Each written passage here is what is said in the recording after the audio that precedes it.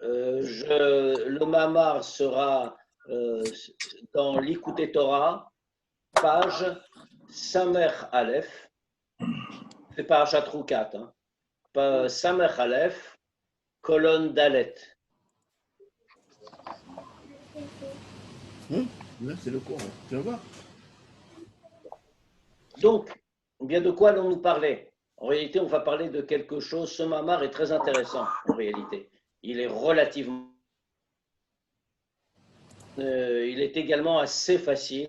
Donc, on va pouvoir avancer, j'espère. Oui. Donc, on va pouvoir avancer assez vite et le terminer pendant les 2 derniers dimanches qui nous restent avant l'interruption de l'été. C'est un mamar intéressant parce qu'il nous parle de notre rôle à nous.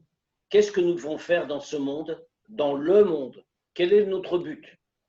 Et comment on s'y prend? Alors bien sûr, c'est l'Admoura Zaken qui parle, hein. Nous sommes au cœur de Chabad. Et donc, on va nous dire que tout passe par la tfila, que nous devons transformer le monde, le transformer d'amer en doux, etc., etc. On va nous expliquer pourquoi il y a beaucoup d'idées de base qui sont développées ici. C'est en vérité pour ça que j'ai choisi ce mamar-là particulièrement. Alors, je vais vous proposer le texte.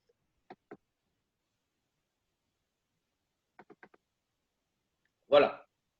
Alors, comme vous le voyez, nous sommes donc page Samer Aleph de l'Ikouté Torah, c'est la paracha de Choukat, et nous allons commencer à la 4e colonne, c'est en bas. Après, on tourne la page, c'est Vayas Moshe, comme vous le voyez. Voilà, je rappelle à tout le monde quand même que à partir de votre smartphone ou votre tablette, vous pouvez agrandir avec les doigts le texte si vous ne voyez pas assez bien. On peut le faire un peu grossir si ce n'est pas suffisant. Voilà. Moi, je pense que c'est bien et c'est chacun qui peut le grossir quand il veut. Donc, alors ça commence par une question qui est extrêmement connue et très très simple, hein. Le pasouk d'abord de la paracha de Choukat. Vayas Moshe Nachash Nechoshet.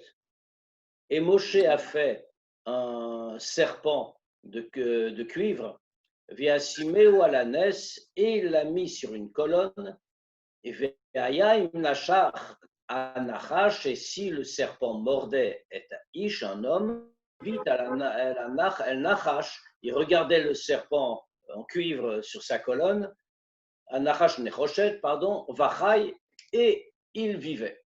Donc vous vous souvenez, c'est tout ce fameux épisode où, une fois de plus, le peuple juif s'est mal comporté. Et donc, il y a une nouvelle plaie qui est arrivée au peuple juif dans le désert. Des serpents sont venus et les serpents ont tué malheureusement énormément de juifs. Alors Moshe, une fois de plus, est intercédé en leur faveur et Dieu lui dit, fais un serpent et tu le placeras, que chacun le regarde, etc. Donc, c'est ce qu'on nous dit, c'est le fameux épisode qui est très étonnant, hein, bien sûr, qui fait l'objet de nombreux commentaires. Il était en cuivre, le serpent, Raïm. Pardon? Il était Il en est en cuivre. Nachash Nechoshet. D'ailleurs, Rachid dit à cet endroit-là, il dit pourquoi en cuivre? Parce que Moshe a dit, puisque Dieu ne lui a pas ordonné que ce soit en cuivre particulièrement, mais Moshe a dit, c'est un Nachash, serpent. Nachash renvoie dans les mots au terme nechoshet, cuivre, donc faisons Nachash nechoshet. Donc un serpent de cuivre. Très bien. Donc il le met sur un poteau, un pilier, enfin je ne sais pas comment on peut appeler ça, une perche. Le serpent est en haut. Et donc quand quelqu'un était mordu, il regardait le serpent et il restait en vie alors que sinon il mourait.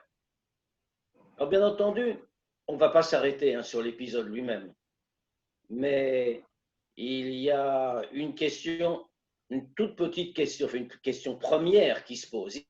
Veita be Mishnan, dit le texte, mais il est écrit dans la Mishnah.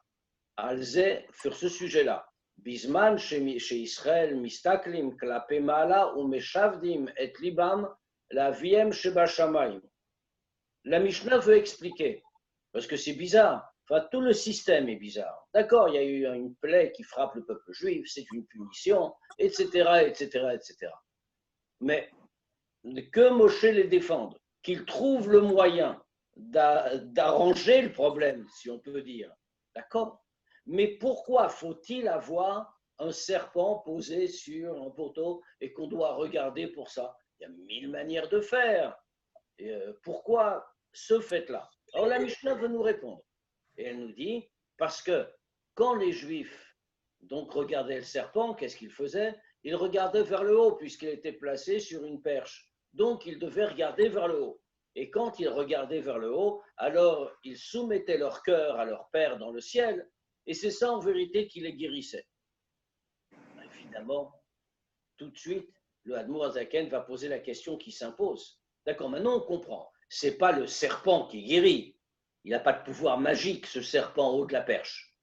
Mais qu'est-ce qui guérit? Le fait que les Juifs regardent, et ils regardent vers le haut. Ils se souviennent de Dieu et ils se soumettent à lui.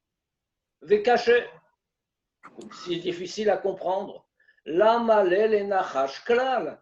Si c'est ça, lui, regarder vers le haut et se soumettre à Dieu. Pourquoi est-ce qu'on a eu besoin d'un serpent?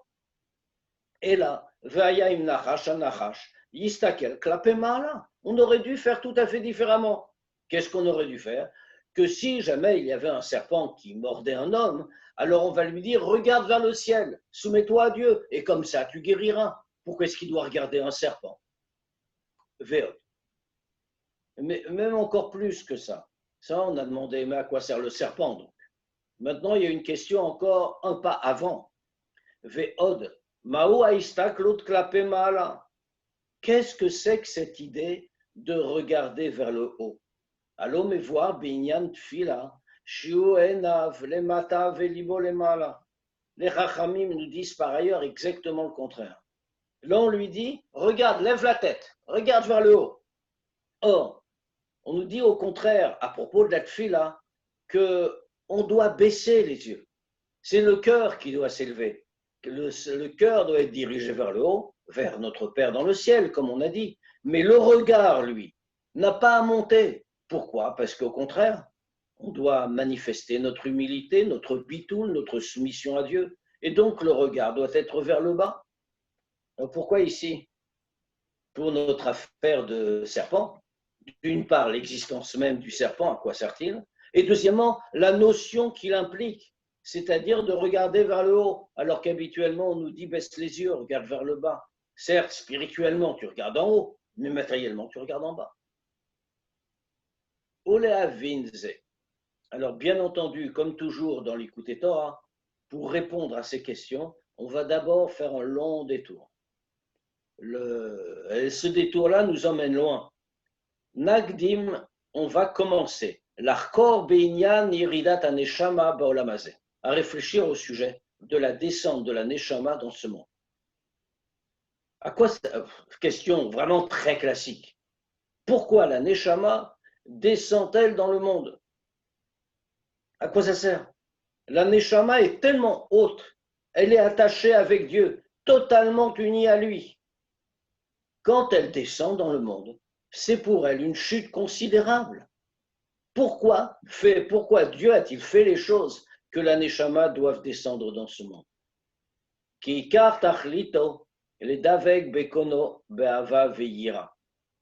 Parce que tout le but de cette descente, c'est s'attacher avec Dieu, be'ava ve'yira, avec amour et crainte. C'est-à-dire, bien sûr, s'attacher à lui et avoir cet amour et cette crainte de manière très profonde, pas seulement extérieurement, mais très profondément et de manière parfaitement sincère et vraie. Behemet, comme va dire le Admour Azaken. Vikad Dvekut.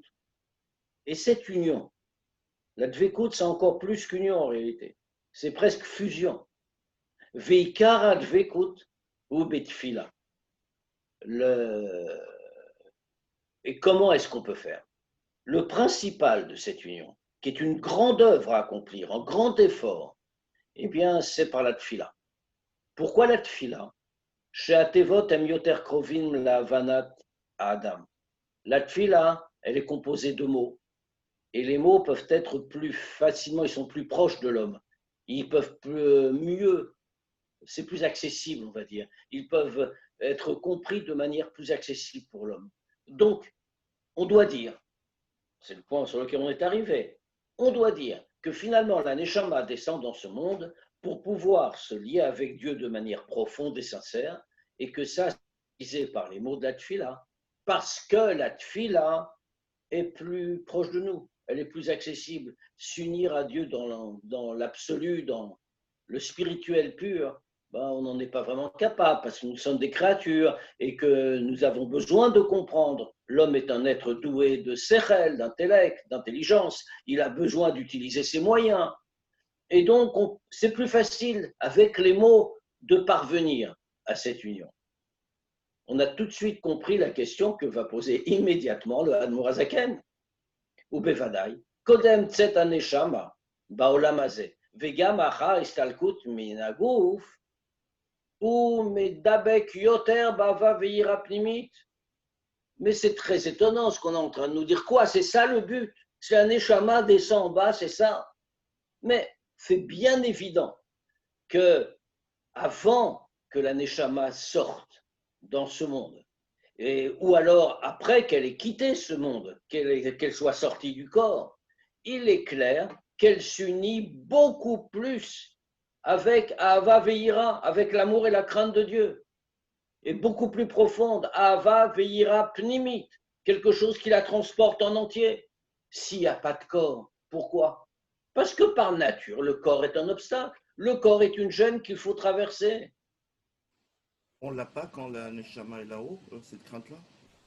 Quand elle n'est pas Bah dans le corps? justement, c'est la question qu'il pose. C'est la question qu'il pose. C'est exactement cette question. Comment déjà tout là-haut? Au contraire, elle descend dans ce monde, c'est donc plus difficile. On lui dit, voilà, tu vas faire la tfila et tu vas avoir la dvekut avec Dieu. Tu vas avoir cette union forte, cette fusion. Attention, parce qu'il faut avoir Ava Vihira émitite, profonde, véritable. Mais c'est évident que quand la Neshama est en haut, mais tout seul, là déjà. Pourquoi? Parce que le corps ne laisse pas la Neshama servir Dieu. C'est même si on est quelqu'un d'extraordinaire, comme chacun d'entre nous, bien sûr, et qu'en faire Dieu de toutes nos forces, de tous nos moyens, on est l'idéal du juif. Mais le corps, c'est le corps. Sa matérialité même fait qu'il gêne la Neshama. Adraba, au contraire, Mechemet Chomru, Yachiach et Aneshama Leanot Avmigufiniut, du fait de la grossièreté du corps. Puisque le corps est par nature grossier. La Neshama, c'est du spirituel, ça va. Mais le corps est matériel. Et le matériel, c'est grossier. Le corps va de toute façon obliger la Neshama à jouir, à avoir une jouissance de la corporalité. Autrement dit, pas du spirituel, mais du simple corps matériel et grossier. Ve'af ki aneshama eina rotza bazeh. Et même si la neshama n'en veut pas, par nature, elle veut rester unie à Dieu. Et le corps l'empêche. Alors, pourquoi? Pourquoi elle n'en veut pas? Parce que c'est sa nature même. Qui me kor chutzva chelek elokamal. Parce que qu'est-ce que c'est que la source de la neshama? La source de la neshama, c'est une partie de Dieu en haut. Et elle, tout ce qu'elle veut, c'est quoi? C'est uniquement s'unir avec son Créateur, toujours davantage. On est revenu sur notre question. Ça veut dire qu'on croyait avoir commencé en bas, la Neshama va venir, elle va avoir Ava Ve'yira, et ça va passer par la Tfila, etc. Tout ce qu'on a décrit. Mais finalement, c'est pas réalisable en bas. Enfin, ou plutôt, c'est réalisable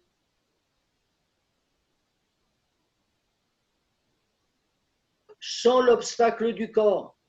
Donc, on n'a pas répondu Pourquoi est-ce que la Neshama descend? Elle était très bien là-haut, qu'elle y reste. Elle est beaucoup mieux avant de descendre ou après en être partie. Elle n'a plus la gêne du corps qui constitue un vêtement grossier qu'elle doit traverser. Alors pourquoi est-ce qu'elle descend? Déjà, on peut percevoir une partie de la réponse. Pourquoi? Ça veut dire que si c'est comme ça, on est obligé de dire que ce n'est pas pour la Neshama elle-même. La Neshama ne descend pas pour elle. Pourquoi? Parce que même si malgré tout, comme on avait pu l'apprendre dans un autre Mahama, la Neshama reçoit quelque chose, et malgré tout, elle est déjà parfaite, sans être passée par là, sans qu'elle se soit habillée dans un corps matériel, avec tout le problème que cela pose fondamentalement. Donc, ce n'est pas pour elle en réalité. Alors pourquoi? On va le voir tout de suite. Veine, Bézoar. Dans le Zohar, nous voyons qu'il est expliqué la chose suivante. Un mot très dur, très fort. Man delo meaper meriru limika let lechulka behayal maklum. Le Zohar est radical. Hein? Celui qui ne transforme pas l'amertume en douceur n'a pas de part dans ce monde, du tout. Dans ce monde, ça veut dire dans Olam Haba. Autrement dit, le but, c'est transformer dans notre monde à nous l'amer en doux, l'amertume en douceur, si on veut. Sinon, sinon on n'a pas de part au monde futur. On parle de la lumière, de l'obscurité aussi? Oui, l'expression, ça revient au même. C'est la même idée. L'expression du Zohar, c'est Mriru le Mitka. Donc, c'est ce que le Hanmourazaken rapporte ici. Mais l'idée de lumière et obscurité marche aussi en réalité. Kizé kol adam. Parce que cela, c'est l'homme tout entier. Et l'homme nivra shvilze. Et l'homme n'a été créé que pour accomplir cette œuvre-là. Comme on le voit très bien, et le Hanmourazaken va apporter une preuve de ça, que c'est vraiment le but et uniquement pour ça que nous sommes descendus dans ce monde. Shareb Bait Rishon, parce que comme on voit, dans le premier Beth Amikdash, Lo Hayu Mitpalim Klal, on voit que dans le premier Beth Amikdash, il n'y avait pas, la notion de tfila n'existait pas, les gens ne priaient pas, les tfilotes n'étaient pas écrites. Et non, je rappelle qu'elles n'ont commencé à être écrites, et pas intégralement, mais elles n'ont commencé à être écrites qu'à l'époque de Baït Sheni, deuxième Beth Amikdash. Ça veut dire, par les Anshe Knesset Agdola, ça veut dire que au temps du premier Beth Amikdash, il y avait des korbanot, il y avait toutes ces choses-là, tout ce qui se passait dans le Beth Amikdash. Et pas de tfila. Lo hayu mitpalelim klal, ils ne priaient pas. Gam bebaït sheni. Et même à l'époque du deuxième Beth Amikdash. Tigno Anshe Knesset Agdola tfila ktsara. Les Anshe, quand ils ont mis en place la tfila, n'ont instauré qu'une tfila brève. Il n'y avait pas le touche-monnaie en entier, il y avait les psuké des Imra n'existaient pas, ils n'avaient pas été encore mis en place, etc., etc.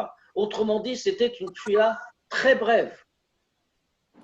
Le Ubevadai, Kol Avoda Shelaem, Lo Hayakim al dererze la por meriru le mitka. Mais comme on a expliqué du Zohar, tout le but de la création de l'homme, c'est de transformer l'amertume en douceur, ou l'obscurité en lumière, comme on voudra dire. Mais on va reprendre le mot du Zohar.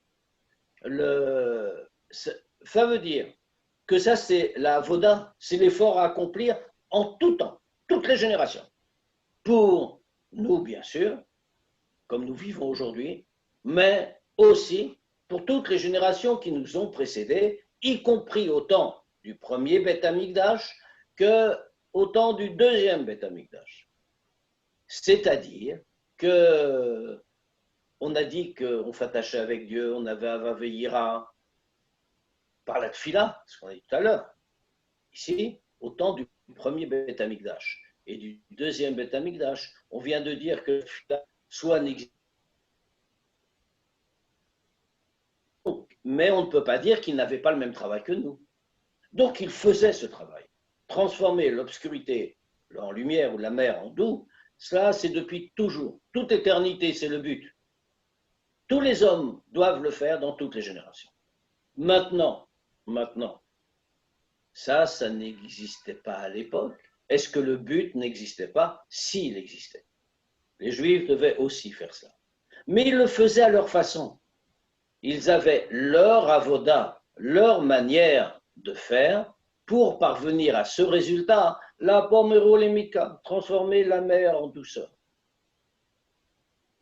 Donc, on vient d'arriver à une conclusion importante. C'est que l'effort dont on va parler, ce n'est pas un effort qui concernait les premières générations. On a dit qu'on allait voir ça par la tfila, mais c'est ni au premier Beth Amikdash, ni au temps du deuxième Beth Amikdash. En revanche, c'est dans les dernières générations, dans nos générations, que maintenant tout ça devient d'une actualité, d'une nécessité complètement incontournable. Vaïnian. Qu'est-ce que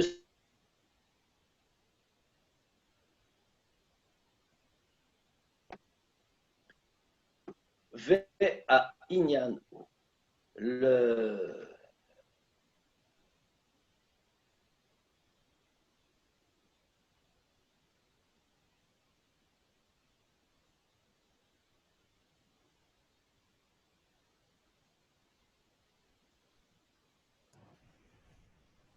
Je crois qu'on ne t'entend plus là.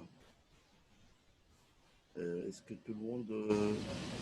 dans leur source. Qu'est-ce que ça veut dire? En réalité, on le sait très bien. Il est écrit, et on va développer cette idée-là. Ein ra yored min hashamayim. Il n'y a aucun mal qui descend du ciel, qui descend de Dieu. Dieu, comme le dit Rambam, est Tachlit Atov. Dieu est le bien absolu. Il ne donne que du bien. Qu'est-ce que ça signifie qu'il ne donne que du bien? Cela veut dire que même si nous voyons quelque chose qui nous semble négatif, qui, avec Shalom, nous arrive dans le monde, eh bien cela aussi c'est pour le bien. Ça sert à quelque chose. Alors, il faut comprendre cette idée.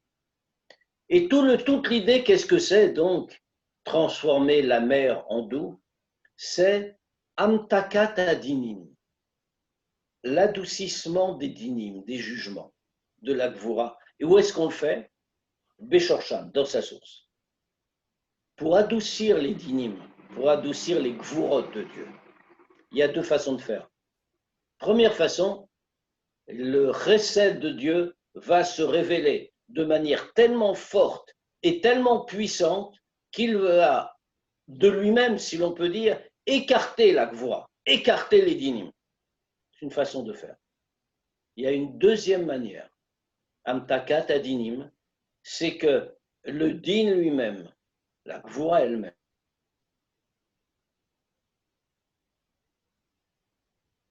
et que quand la gvura va s'adoucir, on va se rendre compte, on va pouvoir voir, même de manière extérieure, que c'est un chesed. Ce qui apparaît, ce n'est pas de la gvura, ce qui apparaît, c'est du chesed et du rachamim. Tout notre but, c'est ça aujourd'hui. Et on va voir des exemples, et on va voir comment ça marche. On va parler de ce deuxième cas. Le Noazaken n'aborde pas le premier, le dévoilement du chesed de Dieu infini qui va effacer la gvura, mais de quelque chose de plus profond. La transformation interne, l'adoucissement interne des gvurot qui adoucit, ne le laisse apparaître ce qu'elles sont vraiment le chesed. Alors voyons. Deine, kol raot vedinim achmanan litzlan, shenitavu baolam, shorsham ou mekoram, amechayeotam ou tov. Parce qu'en réalité, la fameuse question que tout le monde a depuis toujours, puisque Dieu est bon, comment se fait-il qu'il arrive des épreuves et des choses apparemment, Rahman al-Islam, comme il dit, mauvaises dans le monde? En réalité, tout le mal et tous les dinim qui peuvent arriver dans le monde ont pour seule racine et pour seule source qui les fait vivre, Tov, le bien. En réalité, tout est bien. Rien n'est mal, il n'y a pas de mal chez Dieu. Et c'est la logique même qui nous oblige à le dire.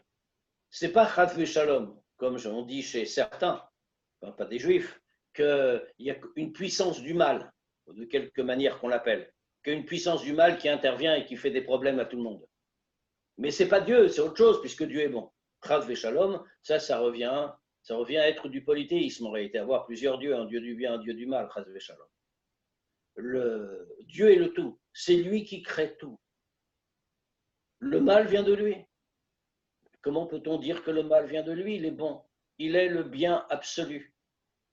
Eh bien, en réalité, c'est parce que tout ce qui arrive dans le monde, les épreuves, tout ce qu'on peut imaginer, les dynimes, tout cela n'arrive dans le monde que parce qu'il y a une source qui les fait vivre. Et cette source, c'est Tov, c'est le bien. Rien d'autre. Un exemple connu parce qu'il est dans le Tanya, il est rapporté aussi dans le Tanya, Kemashal Azona Imben Amelech. À mes voir, en vérité, c'est expliqué dans l'origine de cet exemple et dans le Zohar. Il faut que je prenne la deuxième page, excusez-moi, je pensais que tout tenait sur la première.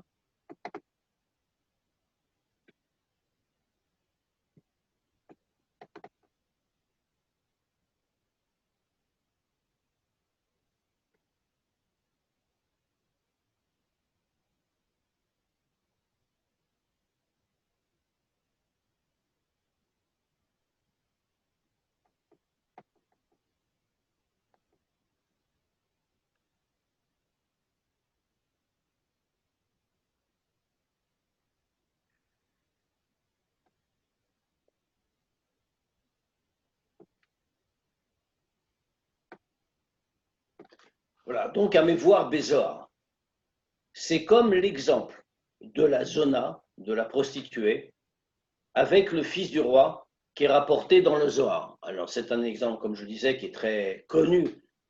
Il est dans le Zohar, bien sûr, mais il a été déjà pris par le Hanmourazaken dans le Tanya, et nous le retrouvons ici.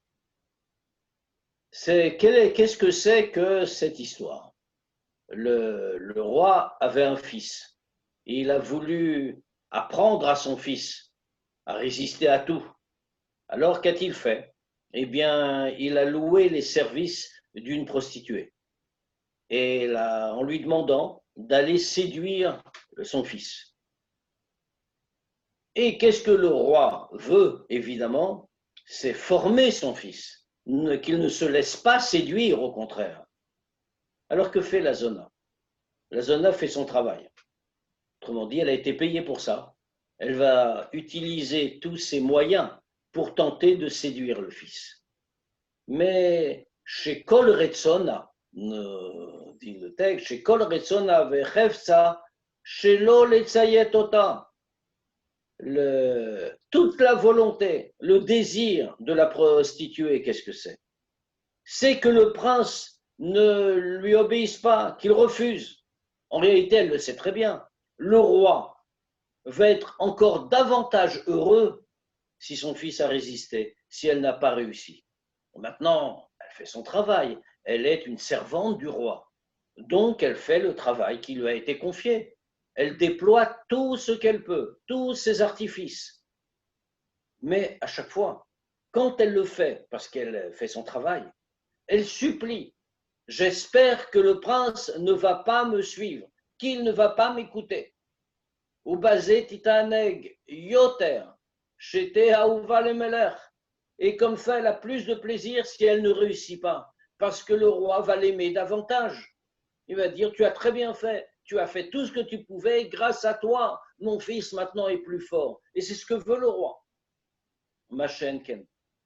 Alors qu'au contraire, quand elle le tente, Vetochalo, et si jamais elle va réussir, alors le roi l'a payé pour ça, bien sûr. Il ne va rien lui faire. Elle aura gagné son argent. Mais ce n'est pas ça la volonté du roi. Et elle sait très bien que le roi sera en lui-même, il sera malheureux, il ne sera pas mécontent, elle a fait ce qu'on lui demandait. Mais il sera malheureux. Il voulait que son fils réussisse l'épreuve. Vezeo Mamar Azal. On va mieux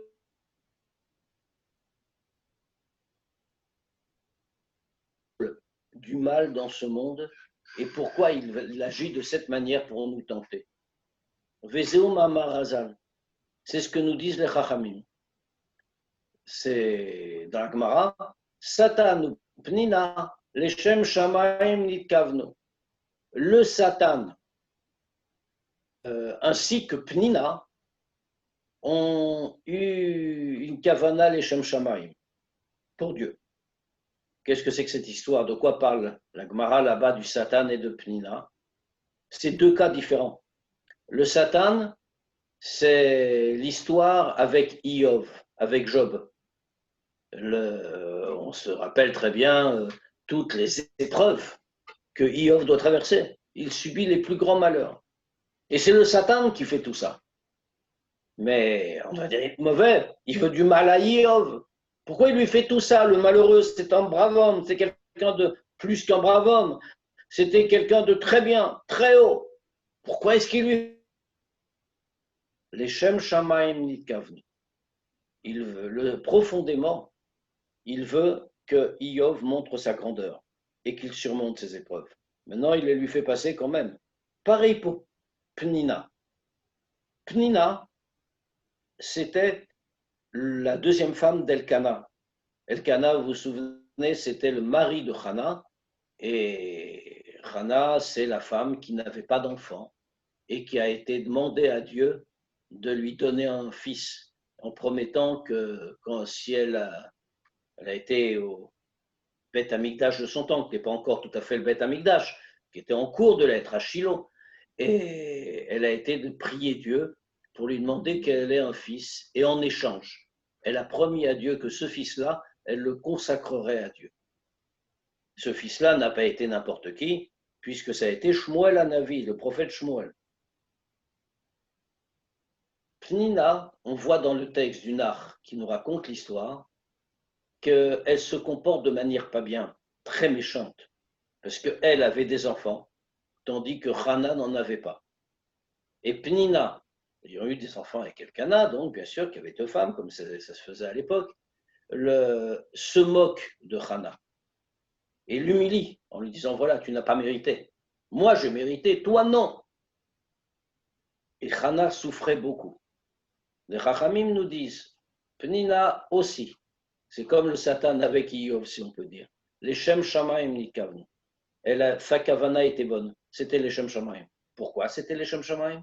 Parce que comme ça, elle a poussé Hana à bout, de telle manière que Hana a décidé d'aller jusqu'à Shiloh, Beth Amikdash, pour là-bas prier, et pour que de là sorte le prophète Shmuel. Alors, c'est ce que nous disent les Chachamim. C'est un peu la même idée, c'est-à-dire, apparemment, les choses ne sont pas bien, mais fondamentalement, profondément au contraire, elles sont merveilleuses. Mais pourtant, on a une question. Makom Acher, dans un autre endroit, Mara, Amrou, les Chachamim nous ont dit, Natan enav bemigdash rishon ve'chivo. Parlant du Satan, dont on vient de dire que c'est les Shem Shamaim qui l'a agi, ils nous disent toujours à propos du Satan, donc qu'il a porté les yeux sur le premier Beth Amikdash et il l'a détruit. Mashma, qu'est-ce qu'on voit de là? Shenit Kanebo, qu'il a été jaloux du Beth Amikdash et qu'il s'est vengé sur lui. Ça veut dire quoi? Ça veut dire finalement que on a deux illustrations. On voit d'un côté que le Satan, comme Pnina, exactement dans le même sens, même s'ils font des choses qui nous semblent dures, qui nous semblent négatives, en vérité c'est positif. Mais on voit par ailleurs que par rapport au Beth Amikdash, il le fait détruire. Il le détruit, le Beth Amikdash. Et on peut pas voir que fait bien. Alors comment doit-on juger cette capacité du mal? Vaïnianou. On va le comprendre. C'est à cette question-là que va répondre l'Admor Hazaken. Vaïnianou, chez Shoresh Hara Amechayeu ou Tov, Kemvoar Bezoar Sham. En réalité, qu'est-ce que c'est le sujet? La source du mal, ce qui le fait vivre, par définition, Kutov, c'est le bien, comme on l'a dit auparavant. Rien n'existe dans ce monde qui n'ait pas été créé par Dieu. Ça ne veut rien dire. Le mal n'est pas quelque chose d'autonome, Chas v'Shalom. Autrement dit, la source du mal, ce qui fait vivre le mal, c'est le bien. Sinon, il ne pourrait pas exister. C'est Dieu lui-même. Kemvoar Bezohar Sham, comme le Zohar nous l'explique là-bas, et qui pose une question sur ce principe. Donc, on est en train de dire que le mal, le Satan, le Yetzer Hara, comme on voudra l'appeler, c'est un serviteur de Dieu. Alors, le Zohar pose une question. Vechi esh avda demarit bemaret. Mais quoi? Il y a des serviteurs qui se révoltent contre leur maître. Comment on peut dire que le mal est un serviteur de Dieu créé par Dieu qui le fait vivre? Et on voit, alors il se révolte? En réalité, non. Agam sheyesh kama vadim amit partzim met adonehem. Alors c'est vrai, bien sûr, qu'il y a beaucoup de serviteurs dans l'histoire qui se sont révoltés contre leur maître, qui sont rebellés, qui ont pris les armes même. Omnam. Hem basar vadam. Vechayotam nifradim zemise. Mais pourquoi un serviteur humain peut se révolter contre son maître?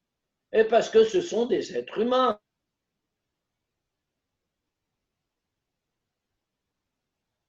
Ils appartiennent à leur maître dans leur statut de l'époque. Mais ils ont une existence indépendante de celle de leur maître. Donc, effectivement, un jour leur maître leur déplaît, ils peuvent se révolter contre lui. Aval, mais,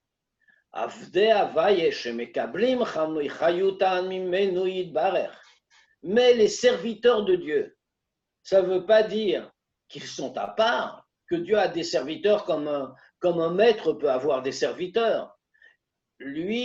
Pour ses serviteurs, reçoivent Chayutam mimenu yitbarer. Ils reçoivent leur vie de lui. C'est lui qui les fait exister. Veu amechayet hakol, c'est lui qui fait vivre tous. Dans ce cas-là, on comprend la question du Zohar. Chayut ledavar shekenegdo. Le umeshane shoalder mashal azonaim ben amel. Donc, comment c'est possible qu'il y ait de la vitalité dans quelque chose qui est contre Dieu lui-même? C'est Dieu qui donne et qui fait vivre le mal. Mais le mal donne des épreuves aux gens, les tente de telle manière qu'ils vont en Dieu. Alors, si c'était des serviteurs humains, comme on a dit, bien sûr, il faut faire ce qu'ils voulaient. Ils ne dépendaient pas de leur maître en réalité. Ils en dépendaient dans les relations. Ils n'en dépendaient pas pour leur vie de chaque instant. Ils n'étaient pas créés par lui. Mais quand il s'agit de Dieu, le mal dépend de lui. Le Satan, le Yetzer Hara dépendent de lui. C'est lui qui les crée. Comment peut-on dire dans ce cas-là qu'ils vont se révolter contre lui? Qu'ils vont au contraire appeler, pas au contraire, mais plus que cela, appeler les hommes, les conduire à faire l'opposé même de la volonté de Dieu. Comment est-ce possible? Ou méchané. Et là-bas, le Zohar répond. Comment est-ce qu'il répond? Et on comprend maintenant pourquoi il donne cet exemple particulier. Shehu al derer mashal azona im ben ameler. C'est comme, par exemple, la prostituée avec le fils du roi. Eh oui, la prostituée aussi, elle pousse le fils. C'est exactement le même cas. La prostituée pousse le fils, le prince, à faire le contraire de ce que veut son père. Mais quand elle le fait, elle espère qu'il ne va pas lui obéir. Et le roi lui-même, qui a mandaté cette prostituée pour le faire, veut qu'elle échoue. Il l'a payée, il l'a engagée, il veut qu'elle fasse tout pour réussir. Mais en même temps, il sera beaucoup plus heureux si elle échoue. Vezeu davar amechaye et kol araot. Et ça, c'est ce qui fait exister tout le mal, veshorsham le mala ou tov, que toutes les épreuves, tous les malheurs qui peuvent arriver. Leur source en haut est le bien. Ksheyored le mata, al derech ishtalshelut naase bemet hagamur, vedinim gumurim, Hen bemile de alma, ven bemile de shmaya. Alors, on a eu évidemment une question une fois qu'on a développé ça. On observe pourtant qu'il y a quand même beaucoup d'épreuves dans le monde et beaucoup de malheurs qui peuvent arriver. Alors, nous dire que tout est bien, mais alors, comment c'est possible? Puisque le Satan, le Yitzhara, tout ça, c'est un malach en réalité. En haut, c'est un malach. Et donc uni avec Dieu. Il n'est là que pour la volonté de Dieu. Comment est-ce qu'à la fin, ça arrive à ce que nous connaissons? Mais c'est justement pour ça. Ça, c'est Shorsham le Ma'ala ou Tov. C'est leur source en haut qui est bonne, qui est uniquement de Tov, de bien. Mais quand il descend, par Ishtal Shelut Haolamot, par l'enchaînement des mondes, qu'est-ce que ça veut dire descendre par l'enchaînement des mondes? Le bien est en haut, ce malach est en haut. Mais pour faire son travail, il doit descendre. Il doit apparaître en bas. Il doit agir en bas. C'est là que tout se passe. Dans ce cas-là, il va descendre comment? Il va descendre de monde en monde, par l'enchaînement des mondes. C'est der Ishtal Shelut. Mais qu'est-ce que c'est que c'est der Ishtal Shelut? C'est qu'on passe, la lumière, le malach ici, passe de degré en degré, avec dans chaque degré plus bas, moins de lumière divine, plus de voilement, plus de tzimtzumim. Et donc, ceux qui auparavant étaient tov, étaient bons par essence, par nature, va se dissimuler peu à peu, se contracter peu à peu, jusqu'à ce qu'il arrive tout en bas. Et à ce moment-là, alors qu'il était bon dans sa source, il devient mal, vraiment mal, mais avec des vrais dinim, que ce soit dans les choses de ce monde, ou que ce soit dans les choses spirituelles, dans la conscience de l'homme, etc., dans les choses du ciel. Donc, dans ce cas-là, que doit faire l'homme? Veine, que sheba la adam eze yisurim Rahman al-Islam. Alors, quand il arrive à un homme une épreuve, Rahman al-Islam, Yarshov kilo le marena vishpot, shehahu, il doit immédiatement penser qu'il, pour reprendre une expression du Nar, qu'il ne doit pas juger par ses yeux. C'est pas ce qu'il voit, que ça c'est du mal. Et la Bémet, Shorcho Tov, mais en réalité sa source est bonne. Kimimenu Aïdbarer, Lo Tetse Araot Kim Rak Tov Gamour. Parce que de Dieu, aucun mal ne peut sortir. C'est même une des définitions.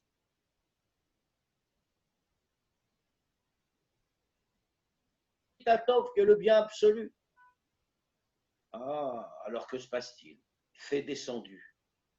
Rak Shu Eino Musag. Bishvil Shelo Yochal Lered Leolam Ashafal Venishar Lemaala. Simplement, ce bien-là qui aurait pu descendre et qu'on voit apparaître sous forme de mal, bien ce bien-là n'est pas accessible. Il n'est pas accessible, il n'est pas compréhensible. Parce que s'il est tellement haut, il vient d'un degré tellement élevé, tellement élevé, tellement infini, qu'il ne peut pas descendre dans ce monde si bas. Alors que fait-il? Vénichar les mâles, il reste en haut. Le degré de bien reste dans sa source. Il existe, il est là, mais en haut. Et il ne peut pas descendre, le monde ne peut pas supporter un tel degré de bien. Vezo nikra mirla dekik. Et c'est ce qui est appelé une nourriture raffinée. On va tout de suite expliquer, c'est une expression du Zohar. Sheu bemet chayuto yidbarer. C'est en réalité la vitalité de Dieu. Je crois qu'il n'explique pas, donc je vais le dire. Le mirla dekik. Le Zohar fait une différence entre la nourriture générale et la manne. Qu'est-ce qu'il nous dit?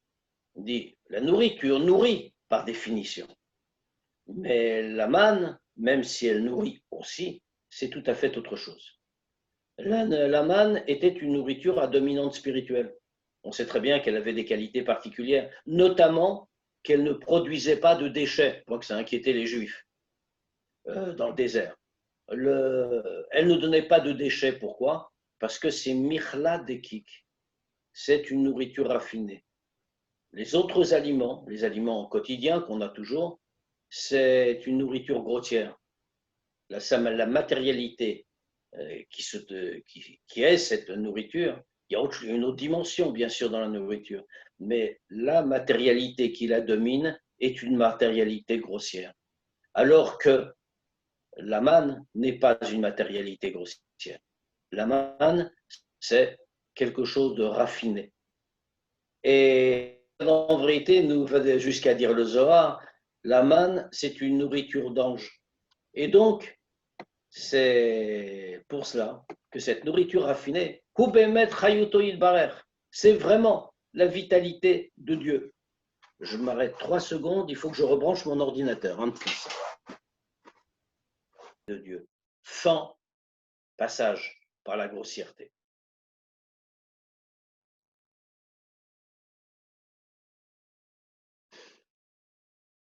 Vezeu. Et c'est ce qui est écrit dans le schéma que nous disons tous les jours. Bechol meodecha. De tous tes moyens. Alors on va s'arrêter un petit instant sur ce Bechol meodecha. Qu'est-ce qu'il veut dire? Là, il a plusieurs sens, bien sûr. Ça veut dire quoi qu'on te fasse. Le pshat qu'on nous donne ici, Kmama, que le pshat qu'on nous donne ici, c'est le que nous donne les Chachamim sur Meodera, c'est Bechol Mida ou Mida, dans chaque mesure qu'on te donne. C'est-à-dire, comment dit-il, on veut te dire de tous tes moyens, que Dieu te donne du bien ou Chadve Shalom, l'inverse, de toute façon, tu dois aimer Dieu. Alors, ici, c'est ce qu'on dit, c'est Bechol Meodera, tu dois aimer Dieu. Ça veut dire mais plus profondément, Kmama, on va voir autrement. Kmama, Tov Meod. Les Chachamim reprennent l'expression Tov Meod. Qu'est-ce que c'est Tov Meod? Très bon. Tov Meod, alors ils nous disent une chose très surprenante. Tov Zemalach HaChaim. Meod Zemalach HaMaved, ou Tov Meod Bli Shiur Ugvul. Ils nous disent quelque chose de très étonnant. Dans l'expression Tov Meod, pourquoi Tov et Meod? Pourquoi deux notions? Et ils nous disent ainsi, Tov, ça c'est Malach HaChaim, c'est l'ange de vie. Et Meod, dans l'expression, c'est Malach HaMavet, c'est l'ange de la mort. On se trouve devant quelque chose qui semble absurde. Comment? Le bon côté. Ça c'est Tov, juste Tov, bien. Et l'autre côté, ce qui est contre, on peut dire, Malach HaMavet, le côté négatif, ça c'est Méode, c'est très bon, mais ça aurait dû être le contraire, même si on dit que les deux c'est des malachim, l'un fait Malach HaChaim, l'autre Malach HaMavet, mais les deux font des malachim, les deux sont des anges. Mais le rapport aurait dû être inversé, ça devrait être Tov Méode pour Malach HaChaim, le côté positif, et peut-être que Tov pour Malach HaMavet. Or, on dit le contraire. Les Chachamim le disent très clairement. Le Tov Malach HaChaim, le simple Tov, c'est l'ange de vie. Mais Od, très au-delà de toute limite, c'est Malach HaMavet. Parce que Shehu Tov Meod Bli Shiur. Parce que le bien incarné par ce côté apparemment négatif, c'est un bien de Meod, sans aucune mesure et sans aucune limite. Et là, Shadain lo bali de Giloui, Veino Musag, c'est un bien qui est Meod, tellement sans limite, qu'en réalité, il n'est pas encore révélé, il n'est pas accessible.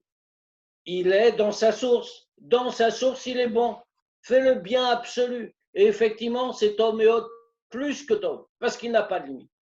Quand il n'a pas de limite, il ne peut pas descendre. Et quand il va descendre dans ce monde, c'est comme on a dit après, une infinité de contractions.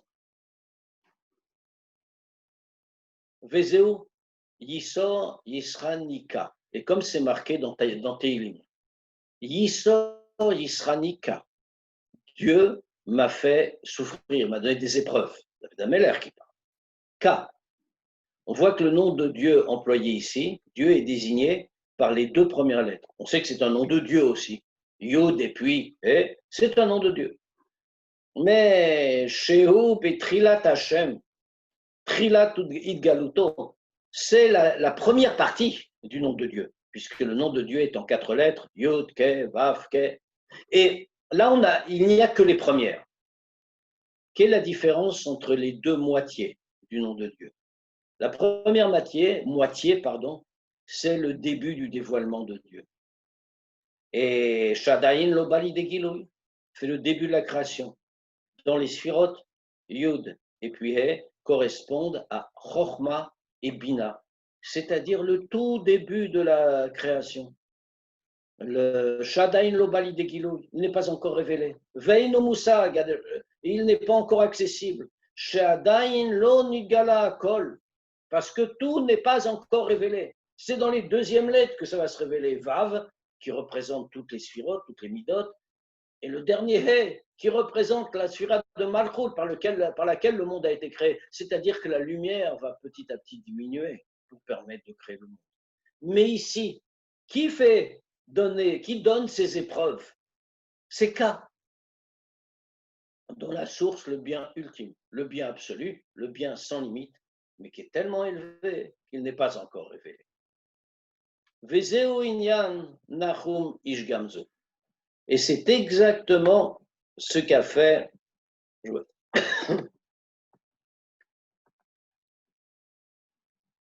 et c'est exactement ce qu'a fait Nahum ish gamzu. Alors on sait qui était Nahum ish gamzu.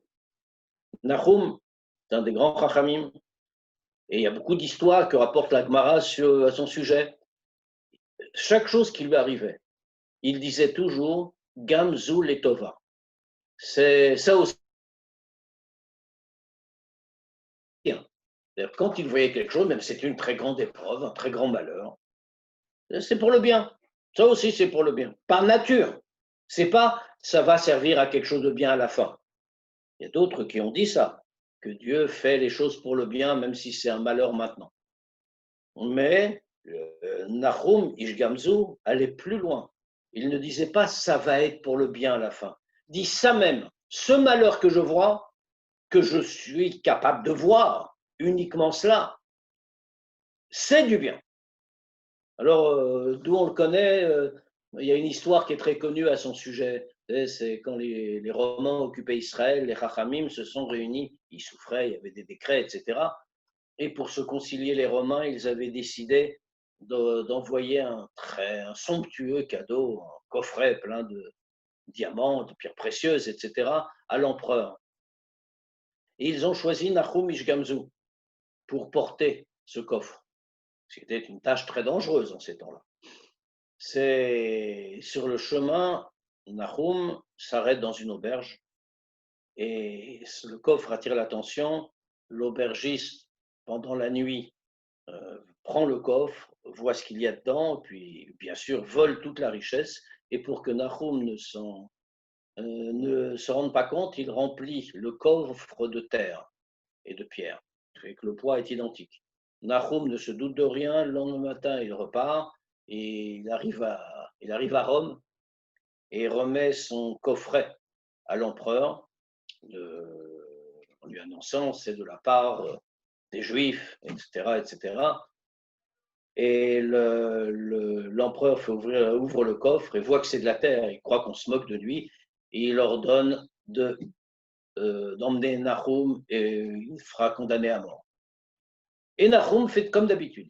Il dit Gamzu letova. Ça aussi, c'est pour le bien.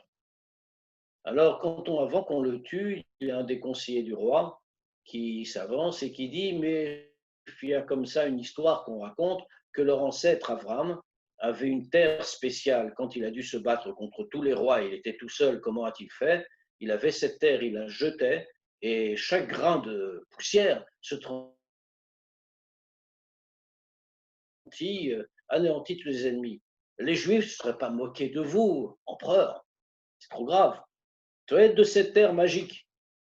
Et l'empereur dit, essayons. il était justement, comme souvent dans l'Empire romain, il était en guerre aux frontières. Il fait porter le coffre à l'endroit de la guerre. On l'essaye, effectivement, transforme en flèche, en lance, etc. Et les Romains remportent la victoire. C'est un exemple de ce qu'a fait Nahum. Comment comprendre ça? Qu'est-ce qui s'est passé? Comment a-t-il pu savoir? Mipne, et on va terminer là-dessus, puisque je vois qu'il nous reste 1 minute. Mipne, chez Aya Mitbonen Behemet, chez Shoresh Hara ou Atov. Pourquoi? Parce que Nahum Ish Gamzu n'était pas n'importe qui, évidemment. Mais il a médité sur le fait qu'en vérité, la source du mal, c'est le bien. Et il a fait plus que ça. Et donc, il a pris le mal qu'il observait. Il l'a pris avec lui. Il l'a fait remonter à sa source. Les Makom Aïn, à l'endroit de Aïn. Cet endroit qui est appelé l'endroit de Aïn, de l'inexistant. Parce que par rapport au degré inférieur, il n'apparaît pas, il n'est pas compréhensible. Donc c'est cela qui est appelé Aïn, c'est le degré de l'essence même, le degré de l'inexistence par rapport à ce qui est plus bas. Vesham, Aya Yachol Asot Ishtanu. Et là-bas, il a pu changer les choses. Il a vu comment le mal était bien dans son essence, il est monté au niveau de l'essence, et là-bas, il a changé les choses pour que le bien, qui est bien dans son essence, se révèle en tant que bien en bas. Kema Amar Rabbi Hanina ben Dosa, c'est exactement ce qu'a fait aussi un de nos grands Chachamim, Rabbi Hanina ben Dosa. Misha Amar le Shemen Viadlik Roulou. C'est une histoire connue. Rabbi Hanina ben Dosa, un jour, sa femme devait allumer la lumière, il fallait de l'huile, et il n'a pas eu d'huile. Alors, il a dit à sa femme cette fameuse phrase. Misha Amar le Shemen Viadlik, celui qui a dit à l'huile qu'elle brûle, qu'elle allume, qu'elle éclaire, dira au vinaigre qu'elle éclaire. Alors ils ont mis du vinaigre dans les lampes et le vinaigre a brûlé et ça fait une très belle flamme. Pourquoi? Rabbi Hanina ben Dosa fait la même chose que Nahum Ish Gamzu.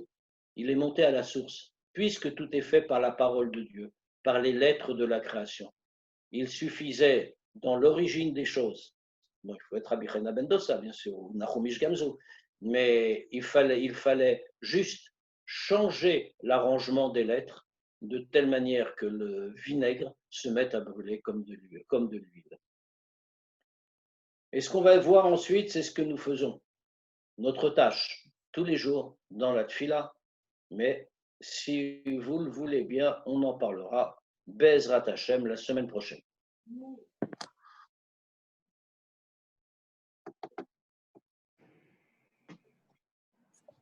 Shavua Tov à tout le monde. Shavua Tov à tous. Je peux poser une petite question. Oui. Ça veut dire, je dis ça sèchement, c'est-à-dire que en fait, si on doit tenir compte des principales lignes de Mama, à Kadosh Baruch Hu, pour faire sortir la lumière, il place l'obscurité devant nous. En vérité, la zona, c'est lui. Et c'est lui qui l'envoie, lui c'est le roi, c'est pas la zona, lui c'est le roi. Mais il utilise les services de la zona, mais qui est effectivement une de ses expressions, parce que c'est un serviteur de Dieu, c'est pas le serviteur du roi humain, le serviteur de Dieu. Elle sort de chez lui après le Tzimtzum. Exactement. Et tout le but, c'est que nous, on doit révéler ça. Nous, on doit révéler le bien. On doit faire à notre façon, bien sûr, comme Nahum Ish Gamzu et comme Rabbi Hanina ben Dosa. Mais ça, la recette, c'est la semaine prochaine.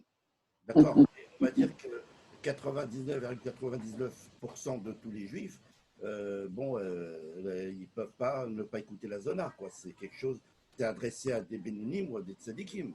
Et c'est pour ça qu'on va nous donner ici la manière de faire. Parce que c'est tout le monde qui doit le faire. Il n'y a pas d'exception. Shavua Tov. Bonne nouvelle.